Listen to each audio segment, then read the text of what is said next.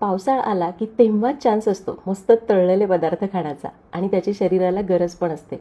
याच संधीचा फायदा म्हणून म्हटलं चला कुरकुरीत डाळवडे करूया. त्यासाठी इथं मी 1 वाटी हरभऱ्याची डाळ आणि अर्धी वाटी सालाची मूग डाळ स्वच्छ धुतली, 2-3 तास भिजत घातली. आता चहाची वेळ म्हटलं वडे करायला घेऊ. त्यासाठी सगळं सामान आधी काढून घेतलं. आपल्याला लागणारे 1 कांदा, थोडंसं आलं, मिरची आणि काही मसाले. आता डाळी पाण्यातनं चांगल्या निथळून मिक्सरच्या भांड्यामध्ये काढल्या. त्यामध्येच आलं, हिरवी मिरची आणि जिरं पाणी न घालता याला जाडसर वाटायचं. एखाद दुसरी डाळ अशी थोडी थोडी मोठी राहिली तरी चालेल. चला ही डाळ वाटून झाली, काढून घेऊयात.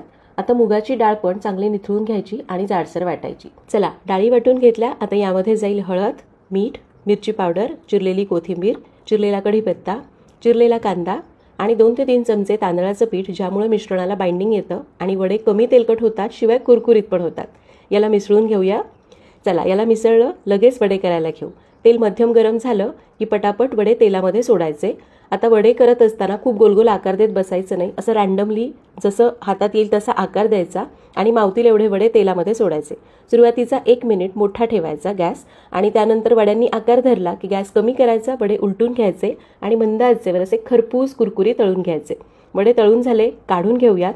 आता तळलेली मिरची पाहिजेच की, पटकन पोटं फोडलेली मिरची त्या तेलामध्येच टाकली, मस्त पांढरे डाग येईपर्यंत तळली, वरून मस्त मीठ घातलं आणि हे बघा मस्त आपले डाळवडे तयार झालेले आहेत. वरून कुरकुरीत आणि आतून मऊ.